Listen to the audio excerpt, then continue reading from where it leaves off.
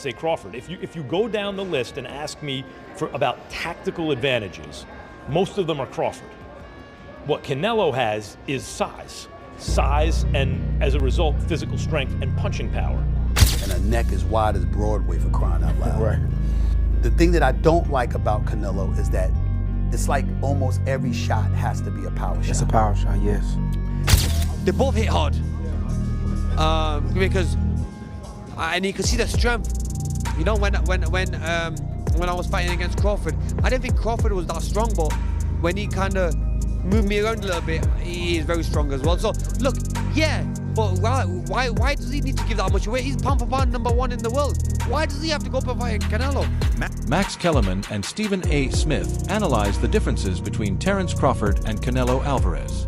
Although he advises caution, Stephen A. believes Crawford will win by decision, recalling Gervonta Davis's caution that Crawford might run into issues if he decides to participate excessively. Stephen A. feels that Crawford needs to focus more on defense, speed, and ring IQ than on exchanges because of Canelo's inherent size and power advantage. The analysts point to strategy as the decisive element rather than strength. And a neck as wide as Broadway, for crying out loud. Right.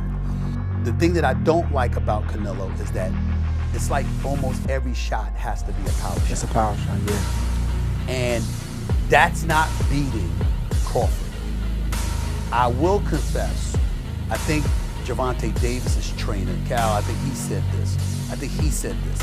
He said Crawford could find himself in trouble, and I'm not sure it was him, but I think it was him. He said Crawford could find himself in trouble if he decides to engage with Canelo, because Canelo is a naturally bigger, strong fighter. And I don't care that Crawford's gotten bigger, and I don't care that Crawford's going to go in there just as big as Canelo. Canelo is accustomed to fighting at the weight. Max Kellerman observes that Terence Crawford has a technical advantage because his entire skill set seems sharper. He draws attention to Canelo Alvarez's robust chin and naturally larger physique, which provides strength in interactions due to its greater backbone. Canelo, however, has appeared somewhat diminished in recent bouts and hasn't appeared as commanding or sharp as he once did. The bout is framed as a contest between timing and durability because of the contrast between Crawford's skill and Canelo's size and fortitude. Great chin, a great chin. But in terms of, if you want to go skill for skill, especially the recent version of Canelo, who's had to turn into a seek and destroy guy, who had to learn as his career went on to cut off the ring and not just follow guys around. Like Lara, Trout, Floyd, he followed those guys around. He had trouble because he's really a natural counterpuncher who wants you to come to him. But in recent years at super middleweight, he's gotten really good at cutting off the ring. Again, last fight notwithstanding. So as an overall suite of skills, recent vintage, it's been Crawford. But Canelo also is skilled and has a larger skeleton than Crawford. No matter what they weigh, Canelo's the bigger guy. Yeah. You briefly mentioned Canelo's power, so who I would assume Canelo has the You most. have to think, unless Crawford was on a knockout streak until he moved up to junior middleweight and then failed to stop Madrimov. Antonio Tarver, a well-known boxing commentator and former champion, has publicly backed Terence Crawford while also recognizing the enormous obstacle this bout poses. Tarver argues that Crawford has continuously demonstrated his abilities in a variety of weight classes. However, this battle is very different. In addition to being Crawford's hardest test, he emphasizes that Canelo Alvarez has never really faced this battle before. First take, you know I'm Bud County all the way, but this is going to be the toughest fight, the best fighter Bud has ever been in the ring with. And arguably, this could be the best fighter Canelo has ever been in the ring with. We'll find out which one is which on September 13th. Antonio, I appreciate your time. Safe travels back home. Man, I appreciate it. Thank you. Thank you, Antonio. Timothy Bradley Jr., who has a reputation for having a high boxing IQ, thinks Canelo versus Crawford will be a calculated fight. He believes that early on, neither fighter would take any needless chances and will instead use the round to assess time, movement, and openings. Bradley claims that Crawford is particularly patient when beginning major battles because he prefers to wait to build traps until after his opponent has offered something. However, Canelo has also demonstrated a propensity to feel out the distance throughout the opening round and make adjustments as the bout goes on. Bradley points out that because of this chess-like methodology, the first round will involve a tactical information exchange rather than fireworks. Crawford wants to feel his punching power as well. You know, in the beginning, it's all the position balance. Like both guys are going, trying to get balance and trying to find their rhythm, you know, understanding their distance to where they can punch and at the same time avoid getting in. You know, it takes Crawford a little bit of more time than I would say Canelo to get right to it. Canelo, although I would say he is a prolific counterpuncher, fantastic counterpuncher, you know, he tends to find his spots a lot quicker. You know, and the indication of that is when, if you look at any of the boxers that Canelo has faced, Trout, even Danny Jacobs, even when he fought against Charlo, just check out the first round. You know, he usually takes off, just feels the power, you know, cruises, you know, see what these guys know, a couple of feints, level changes, you know, just gathering information, right? Crawford does the same and similar things. So I think the first round's going to be a real, like, calm and cautious round by both fighters. But in the second round, Canelo's going to start applying that pressure, man. Pre-engagement with Crawford is a little bit more difficult than a Charlo, okay? Now, let me explain this. So pre-engagement is the movements before you get into that sweet spot, which is mid-range, to be able to let your hands go, right? Both guys are trying to counter each other's movement. Both guys are looking at each other's, you know, hands, trying to anticipate what they believe is going to come next. Amir Khan has a distinct viewpoint on this fight because he has sparred with both Terence Crawford and Canelo Alvarez. Khan emphasizes that Crawford has already established himself as one of the greatest fighters of all time in his natural categories, especially at welterweight. He cautions that there are weight divisions in boxing for a reason because it is dangerous to move up against athletes who are inherently larger. Khan feels that Crawford didn't really need to shoulder the weight of Canelo's challenge. Despite this, Khan understands the ambition behind Crawford's choice because his reputation as a great boxer is already well established. He views it as a daring attempt to silence skeptics and do something that very few boxers in history have done. Defy the limitations of weight classes. But Khan is clear. Well, Crawford is done. Disregard the weight class restrictions. Khan, however, is unambiguous. Even though Crawford is a member of the elite, taking on Canelo is a risky move that could either permanently boost his stature or jeopardize his career. Elite, stepping up against someone as strong as Canelo is a risky gambler who could endanger his career or permanently raise his position. You did all the build-up, they were nothing but respectful. I just feel that, you know, in boxing, weight divisions are made there they make him for a purpose. And I highly respect and say pound for pound the best fighter is Crawford by far, and beats anyone. But when you start putting weight on and you go up a weight and you fight these guys like Canelo, even though Canelo might be now getting a little bit older, it might be slowing down a little bit, but he's still going to be very dangerous. That punch power, he's still going to get attacked, he's still going to get hit. You're going to have to spar heavier guys to get ready for that anyway, so you're going to be taking a lot of wear and tear anyway. You're going to have to put adding a few pounds on. Does he need to put that pressure on himself? He's done what no one's ever done before. Two-time undisputed world champion. So why not just enjoy it? But obviously you want to go for that next challenge. Now for him, he wants to go for that Canelo. I would advise him not to go for that. But if he's the man and he knows how good he is himself. So there's I can't really say to him that do this or do that. So really, he believes in his skills. He believes in his skill. We can't answer for him. We let him go and do it. You know what I'm saying? And if we all might be wrong, he might be even stronger than Canelo. He might put on the weight as well. He might do really well in there. So look, regardless of like, what are the differences between them? Obviously, it's weight. Canelo's strong and he's easily hit. Very easily hit. Very easy. Compared to when I fought against Crawford, I couldn't hit clean. So really, that's different. And they both hit hard. And you can see the strength. When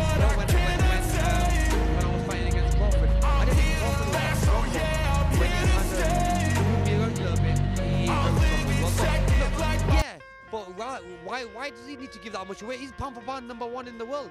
Why does he have to go up and fight Canelo? Tom Lafleur, the promoter, views the event from both a commercial and a theatrical standpoint. He clarifies that two of the biggest names in boxing, Terence Crawford and Canelo Alvarez, each have huge fan bases that span several nations and ethnicities. Lafleur contends that in terms of scale, very few battles in the contemporary age can match this one. The match represents a collision of two civilizations as much as a contest of skill. Crawford became a pound-for-pound champion, while Canelo solidified his position as the face of boxing. It is uncommon to see two fighters of this caliber agreeing to meet, particularly when weight disparities and legacy stakes are involved. Therefore, Lafleur thinks the excitement is warranted. So it's huge. It doesn't get any bigger than that. And, you got to give credit to both guys. They're both very confident. They both have very passionate fan bases. Callum, having fought in Dublin, packed the arena out there, the 3 Arena, having fought at Madison Square Garden 3 times, fought in Boston. And then Fernando Jr., from one of the biggest boxing named families, in the history of boxing, he's going to bring out a huge fan base. So it's a really exciting addition to, such a big show that like I said, doesn't get any bigger than that for sure. I agree. Trainer Dave Coldwell emphasizes Crawford's distinct approach by highlighting his ability to change stances with ease and control distance with his footwork. When facing a strong pressure fighter like Canelo, Coldwell claims that Crawford's leg mobility is one of his most underappreciated weapons since it enables him to establish angles, irritate opponents, and control the tempo of battles. According to Coldwell, these qualities might hold the secret to success. He clarifies that Crawford has the means to outmaneuver Canelo and score points if he can stay mobile and stay away from getting stuck against the ropes. I think that you, along with me, have seen some of these criticisms of the undercard. But really, when you look at it, I mean, we both know Colin Walsh so well. The personality and the authenticity that he brings to this sport is just so sincere. He's so real, being from Ireland, coming overseas to train and dedicating his life to this craft. And his personality is so magnetic that it obviously brought someone like Dana White to be a huge supporter of him. As one of the most important aspects of this battle, Jeff Mayweather concentrates on the topic of weight and natural size. He notes that Canelo has dominated the super middleweight class for a long time, which is a division that fits his physique well. On the other hand, Terence Crawford is stepping up to compete at a weight that is not really his own, which raises questions about how the extra pounds can impact his durability, speed, and stamina. Mayweather emphasizes that Canelo has an inherent edge because he won't need to make significant physical changes because he is comfortable at this weight. From when the fight got made, I've always fancied Crawford. Just think different. I think there's something about him. I think if you add what Crawford's good at, he can switch. He's very good as southpaw. His judgment of distance is fantastic. His punch picking is fantastic. He's got good legs. When you add what, and he can pop. I mean, listen, I'm not saying he's got the power to hurt Canelo, but he might have the power to surprise Canelo a little bit and just sting him. But when you look at what Crawford does well, and then I look at this version of Canelo, as Canelo's got on, his punch rate's gone down. His feet have never been the fastest, but he's always had good placement of feet. His feet aren't the fastest, and he loads up, and he don't really like boxing at a pace. So I kind of look at that and I think Crawford can manage his way through the fight to win it on points. I think he can manage moments, tough moments. When Canelo detonates a big shot on him, he's going to know about it because Crawford's been out before. When Crawford gets hit, he does get hit. That's why he's exciting. But he does get hit. So that means that Canelo could land on him. I just think that Canelo will land a bomb and Crawford knows enough to tie up, to get off an angle, to get that distance. An analyst for Ring Magazine provides analysis on Canelo's recent performances, pointing out that although Alvarez has persisted in his rigorous training regimen and intense preparation, one obvious vulnerability has surfaced. Canelo has found it difficult to successfully cut off the ring in his last few bouts. Some opponents have been able to maneuver freely and evade his power shots as a result of this reduction. This weakness could be expensive against a player like Crawford, whose movement and angles are essential to his strategy. Canelo needs to regain his ability to trap opponents and restrict their escape routes, according to the analyst. I mean, this is a weight class that Canelo is already, you know, owns. He owns the weight class. So, I mean, and he even went up higher. So, I mean, he's already proven what he can do and what he can take at those other weight classes. So, I mean, I don't know, but if anyone can do it, it's probably would be Terence Crawford. I mean, this guy seems like he's amazing. I'm a big fan of Terence Crawford, but I'm a big fan of Canelo as well. So I mean, it's one of those situations where somebody has to lose. So I don't know who's gonna lose. But I think that it's going to be a great fight. I think it's going to be a great fight. David Haye, a former champion, offers an intriguing perspective change. At first, Haye thought that Canelo's strength and bulk would be too much for Crawford, making victory all but certain for the smaller guy. But Haye acknowledges that he has altered his view after seeing Crawford's conditioning, his unwavering work ethic, and his technical acumen. He acknowledges that at first he was unable to figure it out, but he now believes Crawford has a genuine chance of winning. Position to critique and criticize Canelo, but one of the things that he's gotten in trouble with in the last couple of fights, not being able to cut off the ring. You know, you go to the William Skull fight and you watched him chase William Skull around and around and around that ring. And yes, William Skull was running from him. That was pretty clear to see. He was on his bike utilizing his jab, but you didn't see Canelo cut him off. You didn't see him move laterally to be able to stop a lot of that running or stop a lot of that circling around the ropes, which is his responsibility if he's going to take the front foot and look to establish himself offensively. And when I watch Canelo here, he's gotten away with this pretty much in his entire career, but I watch him cross-step a lot. And you see it right there, where he goes from circling, he rolls under the right hand, and instead of moving laterally, replacing his back foot with his front foot, he L-steps and then crosses over, which instead of just moving laterally and shifting, like I said, shuffling to his right off of the L-step, off of the reset, which would allow him to be ready to go and ready to fight again, it takes him that extra beat to get back into fight stand. Canelo Alvarez is warned by former world champion Jeff Horn. Although strength and stature are significant, he contends that they do not always equate to victory. Horn thinks that Crawford's superior defensive abilities will enable him to counter Canelo's power and reduce damage. Crawford has a remarkable ability to roll with strikes, anticipate punches, and avoid being caught flush, according to Horn. This implies that if Canelo is unable to land cleanly, his inherent size advantage might not be as significant. Horn emphasizes that Crawford's defensive discipline may be the decisive element, allowing him to irritate Canelo, restrict communication, and then precisely counter. Lastly, a seasoned combatant who has studied Terence Crawford extensively over the years persuasively summarizes his viewpoint.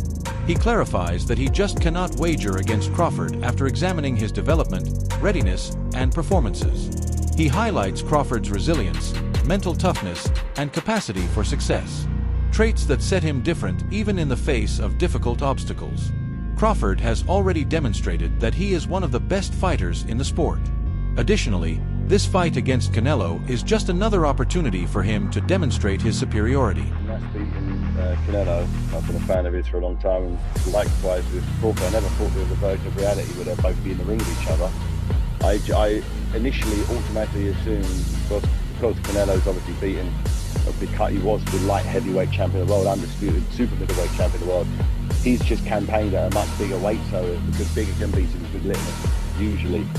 Until I saw them standing next to each other and they looked the same size. I couldn't quite figure it out. I was like, okay, if they're the same size, then it's literally pound for pound. Who's pound for pound better? And that's it, they're both pound for pound fighters. A lot of people have got them 1 and 2. And I favoured Canelo starting off, but over time, I'm starting to think, once again, Crawford is one of those guys where he winds us kind of onto the board a little bit, the mindset, and he wouldn't put himself in a position if he didn't know for sure he had enough firepower to deal with someone of Canelo's stature, Canelo's history. But it's the two best fighters on the planet mixing it up. It's like it's one of those dream fights. It's a proper trades fight. You know, that anyone who's interested in boxing and want to see two living legends going at it. Yeah, I can't believe it's actually happening. That makes sense because they're so big in their own right. The fact that fight would never have happened 10 years ago, 15 years ago. That it just wouldn't have happened. And now anything's possible in boxing. Anything's possible. After all these years of seeing and evaluating Crawford, I simply cannot wager against him, bro. You can't. I'm going to support Crawford and give Nebraska a shout out. And that is exactly that. Big boy, I'm so happy you're here. I will go ahead and place my bet on Crawford, and I will accept the outcome. You were a DB, aren't you? I played punt return, kick return, and wide receiver. Oh, I see now. Why did I assume you were a DB? I'm not sure. You fulfill the description of a Terence Crawford even if you are a wide receiver. Terence as a football, if player, he more than likely would be a DB or a wide receiver. Yeah. How much weight did you put on leaving high school going into college? That's it for today's video. Stay tuned. Until next time. Me analyzing and watching Crawford over all these years, I just cannot bet against dude, bruh. No, you can't. I'm going to roll with Crawford and shout out to Nebraska, and that's just what it is. I'm so glad you here, big dog. I'm going to go ahead and put my bread down on Crawford, and I'm going to live with the results. You were a DB, right? I played wide receiver, kick return, punt return. Oh, I thought. Oh, why did I think you was a DB? I don't know. Even being a wide receiver, you fit the bill of a Terence Crawford. If Terence was a football player, he more than likely would be a DB or a wide receiver. Yeah. How much weight did you put on leaving high school going into college? That's it for today's video. Stay tuned until next time.